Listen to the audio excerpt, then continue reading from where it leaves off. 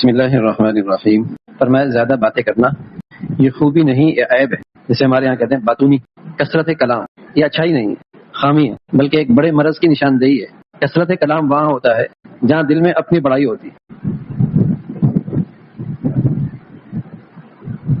کثرت کلام، بہت بولنا، یہ خامی ہے، یہ ایک مرض ہے، بلکہ ایک بڑے مرض کی نشاندہی ہے کہ اس کے دل میں اپنی بڑائی. اور اپنی بڑائی کا مطلب یہ ہے کہ اس کا دل اللہ کی بڑائی سے خالی. تو جس کا دل اللہ کی بڑائی سے خالی ہے اور وہ اللہ سے غافل ہے تو گویا کہ یہ وہ مرض ہے جو مرض نہیں، امراض کا مجموعہ ہے. اللہ سے غافل ہونا یہ ایک مرض نہیں، امراض کا مجموعہ ہے. تو اس کی ظاہری علامت کیا ہے؟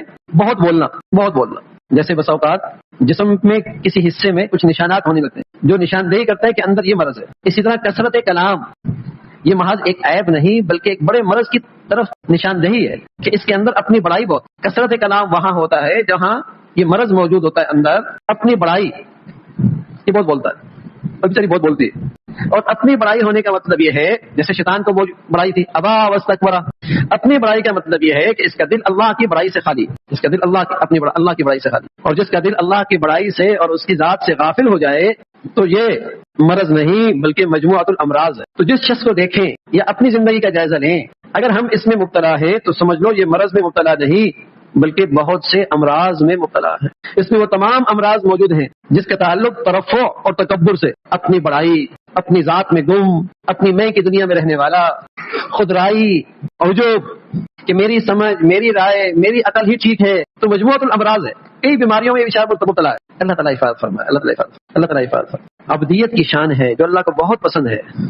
بندے بن کر رہو میاں، مسکین بندے، محتاج بندے، منکسر بندے، اللہ کے محتاج. کوئی اپنی عبادت پہ بھی ناز کرتا ہے تو وہ بھی شیطانیت ہے، اور کوئی اپنے گناہوں پر بھی نادم اور شرمندہ ہے تو یہ بھی بزرگی ہے. کوئی اپنی عبادت پہ بھی ناز کرتا ہے تو یہ بھی شیطانیت ہے، اور کوئی اپنے خطا اور گناہوں پر شرمندہ ہے تو یہ بھی بزرگی ہے. یہ بزرگی ہے. شیطان بھی کن کن راہوں میں آ کر آدمی کو اچک لیتا ہے. عبدیت اللہ کو پسند ہے. تو فرمایا کثرت کلام بیماری نہیں بلکہ ایک بڑی بیماری کی نشاندہی ہے کہ جو بہت بولتا ہے اس کے اندر اپنی بڑائی ہے، اور اپنی بڑائی کا مطلب اس کے دل اللہ کی بڑائی سے خالی. تو یہ ایک مرض میں مبتلا نہیں بلکہ کئی سارے امراض میں مبتلا، کئی سارے امراض. اب یہ بیماری مردوں بھی ہوتی ہے، عورتوں بھی ہوتی ہے. بولتی رہنا، چپ تو آتی نہیں، خاموشی تو آتی نہیں. من صمت نجا، خاموش رہو گے نجات پاؤ گے. کمال کم کھانے میں ہے، کم بولنے میں ہے. زیادہ کھانے میں، زیادہ بولنے میں کمال نہیں. ہندوؤں کا ایک مذہبی پیشوا ننوتوی رحمۃ اللہ علیہ کے ہاں مکالمے کے لیے آیا، بحث کرنے کے لیے، مذہبی بحث. مجمع اکٹھا تھا. حضرت سے کہنے لگا کہ پہلے کھانے کا مقابلہ کرتے، کون زیادہ کھاتا ہے. اور میں کھانے کا مقابلہ کرتا تو کسی بیل سے کر لو. انسان ہے کمال زیادہ کھانے میں نہیں، بیل سے کر لو. پھر تو زیادہ بولنا، زیادہ کھانا ہی کمال نہیں. کم بولنا، اعتدال کے ساتھ کھانا، یہ خوبی ہے انسان کی کہ اسے اپنے نفس پہ کنٹرول ہے، کتنا بولنا ہے اور کتنا کھانا ہے. اسے اپنے نفس پہ قابو ہے.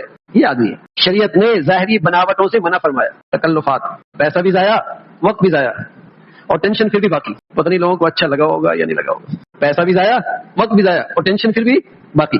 پتہ نہیں لوگوں کو کیسا لگا ہوگا. دینداری ہے نہیں. ورنہ سچ یہ ہے کہ دینداری ہو اور راحت نہ ہو، ایسا نہیں ہو سکتی. دینداری ہے نہیں. ہم نے عبادات کا نام صرف دینداری رکھ لیا، وہ بھی ظاہری. ورنہ دینداری ہو اور راحت نہ ہو ایسا ہو ہی نہیں سکتا.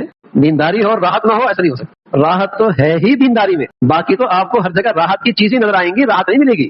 باقی تو آپ کو ہر جگہ راحت کے نقشے نظر آئیں گے، راحت نہیں ملے گی. راحت تو ہے ہی دینداری میں. لیکن دینداری ہو تو شریعت بناوٹ کو پسند نہیں کرتی. اب بناوٹ ہر چیز میں ہوتی ہے. بناوٹی محبت، بناوٹی تعلقات. اب تحفے و تحائف میں تو بڑے تکلفات، یہ بڑی محبت ہے. اور اندر ہی اندر کوس رہے ہیں اس مصیبت میں آ کے.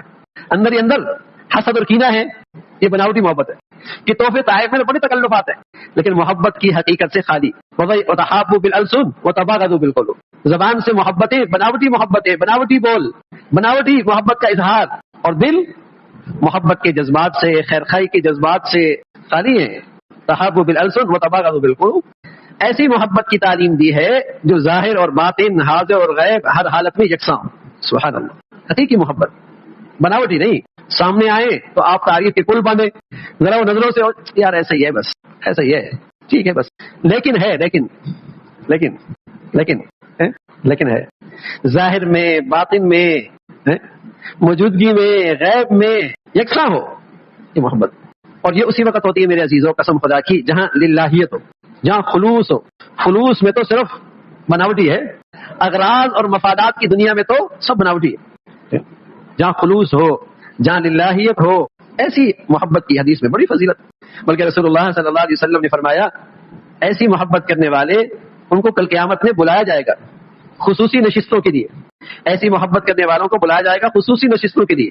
این المتحابون فی اللہ, ان کی نشستیں خاص لگیں گی. فی ظل یوم لا ظل الا ظلی, ان کی نشستیں کیسی ہوں گی؟ وہ اللہ کے عرش کے سائے کے نیچے ہوں گے, اور اس دن صرف اللہ ہی کے عرش کا سایہ ہوگا بس.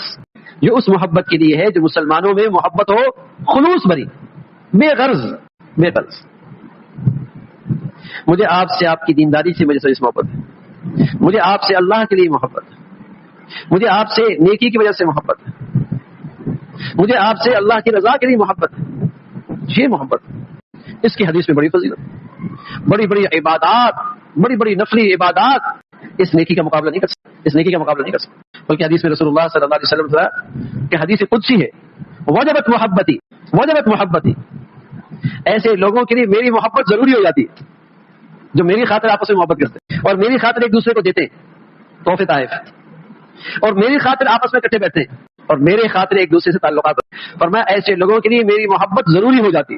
وجبت محبتی للمتحابین فیہ والمتزاورین فیہ والمتبازلین فیہ والمتجالسین فیہ, کہ ایک دوسرے پہ خرچ کرنا, ایک دوسرے کو دینا, کوئی اور جذبہ نہیں ہے, بس میری محبت کی خاطر. تو بڑی عبادت, تو بناوٹ نہیں, ہر چیز میں اس کی روح ہونی چاہیے, اس کی بڑی قیمت. عام طور پہ سادگی میں محبت برقرار رکھنا آسان ہے. اصل میں محبت میں تساوی ضروری ہے, برابری. یا تو سب امیر ہو جائیں, یہ تو مشکل ہے, لیکن اگر سادگی میں آ جائیں یہ آسان ہے. امیر بھی سادگی میں آ جائے یہ آسان ہے. اور میں محبت دونوں سے جب ہوتی ہے, جب تساوی ہو, اور مسلمانوں میں تساوی یا تو اسی طرح ہو سکتی ہے کہ سب امیر ہو جائیں, یا اس طرح ہو جائے سب غریب ہو جائیں. ظاہر ہے یہ سب کا امیر بننا اختیاری نہیں, ہاں غریب بننا اختیاری ہے.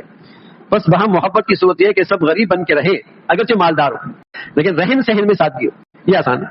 لیکن جب بہت زیادہ تفاوت ہوتا ہے مسلمانوں میں تو اس کو اپنے ساتھ بٹھاتے بھی نہیں, اپنے ساتھ بٹھاتے بھی نہیں ہے. کیوں؟ برابری نہیں ہے. حالانکہ رشتہ ہے مسلمانی کا اور رشتہ ہے محبت کا, لیکن تفاوت بہت ہے. تو سادگی میں محبت ہے. آج لوگ آوازیں تو بہت دیتے ہیں, ہمدردی ہمدردی ہمدردی خیر خائی, لیکن جو تہذیب دیتے ہیں وہ تکلفات کی دیتے ہیں, اس میں ہمدردی اور کہاں رہتی ہے, اس میں ہمدردی اور خیر خائی کہاں رہتی ہے. تو جس قدر سادہ زندگی معاشرے میں ہوتی ہے تو وہاں عام طور پہ آپس کے تعلقات اچھے ہوتے ہیں. اور اس کی آپ مثال دیکھیں, آپ کے خاندانوں میں 40 سال میں سادگی زیادہ تھی, آج سادگی زیادہ تھی. آپ کے خاندانوں میں 30 سال پہلے سادگی زیادہ تھی, آج سادگی زیادہ. سب سمجھتے ہیں پہلے زیادہ تھی, جب پہلے زیادہ تھی تو محبت بھی پہلے زیادہ تھی. بلکہ ہمارے بڑے بتایا کرتے تھے اگر کہیں محلے میں شادی ہوتی تھی تو سب لوگ گھر سے اپنے بستر اور اپنی چرپائیاں لے آیا کرتے تھے کہ محلے کی شادی کا مطلب سب کی شادی ہے. سب اپنا اپنا حصہ ڈالتے تھے. یہ تھی ہمدردی, یہ تھی آپس میں محبتیں. اب تو بھائی پڑوسی پڑوسی کو نہیں پوچھتا, ارے بھائی بھائی کو نہیں پوچھتا, پڑوسی دور کی بات. تکلفات اور حد سے زیادہ معیار زندگی کا بلند ہونا, یہ آپس کی خیرخائی, ہمدردی اور محبتوں کو کھا لیتا ہے, کھا جاتا ہے. حد سے زیادہ معیار زندگی کا بلند ہونا اور تکلفات کی زندگی, یہ آپس کے ہمدردی اور خیرخائی کو کھا جاتا ہے. کوئی ہمدردی نہیں. جس قدر گھروں میں یہ چیزیں بڑھتی چلی جائیں گی, اسی قدر گھر کے رشتوں کے اندر بھی محبتیں جاتی رہیں گی, ہمدردیاں جاتی رہیں گی, خیرخائی جاتی رہے گی. پہلے دادی ہوتی تھی, دادا ہوتے تھے, سب کو اکٹھا کھانے پہ بلا لیا کرتے تھے. بھائی کھانے کے ٹائم سب موجود ہیں, ایک دسترخوان میں سب کھایا کرتے تھے. اور آج پتہ ہی نہیں ہوتا بیٹی کب کھانا کھاتی ہے, بیٹا کب کھانا کھاتا ہے. بہو آئی ہے تو پتہ نہیں وہ کھانا کھاتی بھی ہے یا روزے میں رہتی ہے. وہ جو ایک گھروں کے اندر محبت کا ماحول ہوتا تھا, مل جل کے بیٹھنا, مل جل کے کھانا, سب ختم ہو رہا ہے, سب ختم ہو جا رہا ہے. تکلفات بڑھ گئے, معیاری زندگی بلند ہو گئی, ہر ایک اپنے اپنے خواہشات میں گم ہے, رشتوں کی محبتیں, باہمی خیرخائی کے جذبات ختم ہو گئے. 2 وقت تو گھر والے اکٹھے ہوتے ہی ہوتے تھے, رات کے کھانے میں اور صبح کے ناشتے میں. بڑے برا بناتے تھے, ناراض ہو جاتے تھے. کہاں تھے, کوئی آگے پیچھے ہوتا کسی ضرورت کے لیے, سب ٹھہر جاتے ہیں, وہ آئیں گے تو پھر بیٹھے کھائیں گے, وہ آئیں گے تو پھر دیکھیں. سادگی ہوتی. اب ہر ایک کا سادگی کا, کسی کا پیزا آ رہا ہے, کسی کا برگر آ رہا ہے, کسی کا کچھ آ رہا ہے. عجیب زندگی ہے. سچ کہہ رہا ہوں, راحت محبتیں دین میں ہے بھائی. رشتوں کی خوبصورتی, زندگی کا اطمینان اللہ کے دین میں ہے. اور دین صرف نمازوں کا نام نہیں, اس دین کی خوبصورت سادگی بھی ہے, بناوٹی زندگی سے دوری بھی ہے, تکلفات اس سے بیزاری بھی ہے. دین ہے یہ. اب عمرے بھی ہیں, حج بھی ہیں, لیکن کپڑے مجھے وہی اچھے لگے کون سے جو اس کے ہوں گے. کس کے؟ کوئی خاص قسم کا نام ہوتا ہے. جب تک کسی مشہور اس کا, کس کا, ہاں, جب تک مشہور برانڈ نہیں ہوگا نا, ہم تو پہنتے ہی وہی ہیں بھائی, ہم تو پہنتے ہی وہی ہیں, ہم تو کھاتے ہی وہی ہیں, ہلکے نہیں ہے. تو سادگی میں راحت ہے, دینداری میں راحت ہے, بناوٹ میں نہیں, بناوٹ میں, پسندوں میں نہیں, تکلیف ہے. میں عرض کر رہا ہوں وقت کا ضیاع, پیسے کا ضیاع اور ٹینشن پھر بھی ختم نہیں ہوئی. دین میں سادگی ہے اور سادگی میں راحت. سادگی میں راحت. اللہ تعالیٰ نے مال دیا ہے, قدر کرو, قدر کرو. یہ زندگی کا سہارا اللہ نے بنایا. اس کو ہوش اور عقل سے خرچ کرنا چاہیے. اس کو ہوش اور عقل سے خرچ کرنا چاہیے. اگر خرچ کرنے میں بہت ہی جوش ہے پھر اللہ کے راستے میں خرچ کرو. ٹھیک ہے. اپنا حوصلہ اگر آزمانا ہی ہے تو پھر یہاں اپنا حوصلہ آزماؤ. کتنا حوصلہ رکھتے ہو خرچ کرنے میں؟ خرچ کرنے کا کتنا حوصلہ رکھتے ہو؟ پھر میدان یہ ہے, کرو اللہ کے راستے میں. تو مال اللہ کی طرف سے نعمت ہے. اس مال کی قدر کرنی چاہیے. اللہ نے اس کو زندگی کا سہارا بنایا ہے.